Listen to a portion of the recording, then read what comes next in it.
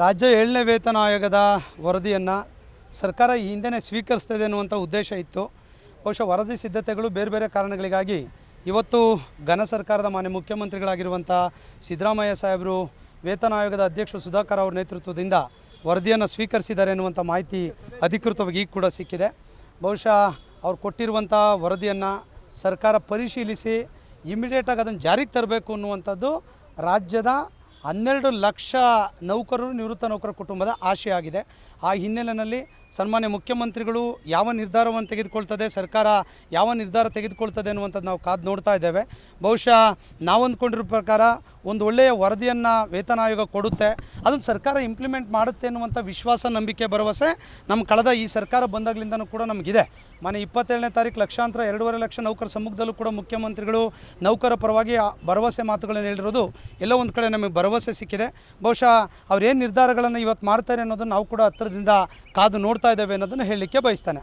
ಈಗ ಮಧ್ಯಾಹ್ನ 3 ಗಂಟೆಗೆ ನೀತಿ ಸಂಹಿತೆ ಜಾರಿ ಆಗ್ಬೋದು. ಎಸ್, ಸಿಎಂ ಹೇಳಿದ್ರು ಆರ್ಥಿಕ ಇಲಾಖೆ ಕಳಿಸ್ತೀವಿ, ಅವ್ರು ಪರಿಶೀಲನೆ ಮಾಡಿ ನಂತರ ನಮಗೆ ಸಲಹೆ ಕೊಟ್ಟಾಗ ಒಂದು ಕಮಿಷನ್ಸ್ಗಳನ್ನು ರಚನೆ ಮಾಡಿದಾಗ ಸರ್ಕಾರದ ಇಲಾಖಾ ಪ್ರಪೋಸಲ್ ಅಲ್ಲಿಂದ ಬಂದು ಸಚಿವ ಸಂಪುಟಕ್ಕೆ ಬಂದು ಅನುಮೋದನೆ ಆಗುವಂಥದ್ದು ಒಂದು ನಿಯಮ.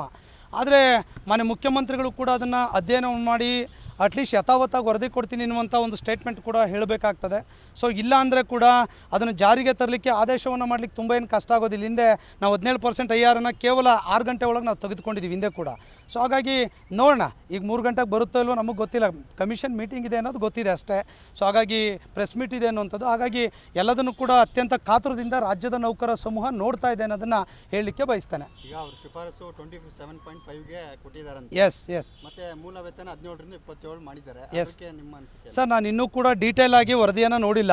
ಓನ್ಲಿ ಫಿಟ್ಮೆಂಟ್ ಬಗ್ಗೆ ನಾವು ನೋಡಲಿಕ್ಕಾಗಲ್ಲ. ತುಟ್ಟಿ ಭತ್ಯೆ ಎಷ್ಟು ರೆಕಮೆಂಡ್ ಮಾಡ್ತಿದ್ದಾರೆ, HRA ಎಷ್ಟು ಮಾಡ್ತಾ ಇದ್ದಾರೆ, ಇದರಿಂದ ನೌಕರಿಗೆ ಲಾಭ ಆಗುತ್ತಾ ನಷ್ಟ ಆಗುತ್ತಾ ಅನ್ನೋದನ್ನು ಕ್ಯಾಲ್ಕುಲೇಟ್ ಮಾಡೇ ನಾನು ರಿಯಾಕ್ಟ್ ಮಾಡಬೇಕಾಗ್ತದೆ ಅನ್ನೋದನ್ನು ಹೇಳಿಕ್ಕೆ ಬಯಸ್ತೇನೆ. ಬಹುಶಃ ಈಗ ಕೊಟ್ಟಿರುವಂಥದ್ದು ಹಿಂದೆ ಸಿದ್ದರಾಮಯ್ಯ ಸಾಹೇಬ್ರದಾಗ 30% ಕೊಟ್ಟಿದ್ದರು, ಈಗ 27 ಅವ್ರು ರೆಕಮೆಂಡ್ ಮಾಡಿದ್ದಾರೆ ಅಂತ ಹೇಳಿದ್ರೆ ಅದ್ರ ಮೇಲೆ ಹೆಚ್ಚಿಗೆ ಮಾಡ್ತಾರೆ ಕಡಿಮೆ ಮಾಡ್ತಾರೆ ಅನ್ನೋ ಚರ್ಚೆ ಸರ್ಕಾರದ ಲೆವೆಲಲ್ಲಿ ಆಗ್ತದೆ.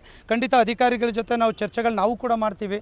ಮತ್ತು ಮುಖ್ಯಮಂತ್ರಿಗಳ ಮೇಲೆ ಕೂಡ ಒತ್ತಡವನ್ನು ಹಾಕಿ ಆದಷ್ಟು ಬೇಗ ಈ ವರದಿ ಮತ್ತು ಮ್ಯಾಕ್ಸಿಮಮ್ ಬೆನಿಫಿಟ್ಗಳು ನೌಕರು ಸಿಗೋ ರೀತಿಯಲ್ಲಿ ಸಂಘಟನೆ ಪ್ರಾಮಾಣಿಕವಾಗಿ ಪ್ರಯತ್ನವನ್ನು ಮಾಡುತ್ತೆ. ವರದಿ ಕೊಟ್ಟಿರೋದು ನಿಮ್ಗೆ ಖುಷಿ ಇದೆ? ಅಲ್ಲ, ಇನ್ನೂ ನೋಡಿಲ್ಲ. ವರದಿ ಕೊಟ್ಟಿರೋದು ಖುಷಿ ಇದೆ. ಅವ್ರ ವರದಿಯಲ್ಲಿನ ಅಂಶಗಳು ನೋಡಿ ಖುಷಿ ಪಡ್ತೀವೋ ಇಲ್ಲೋ ಅನ್ನೋದನ್ನು ನೋಡಿದ ಮೇಲೆ ನಾನು ರಿಯಾಕ್ಟ್ ಮಾಡ್ತಾನೆ. ಅದನ್ನು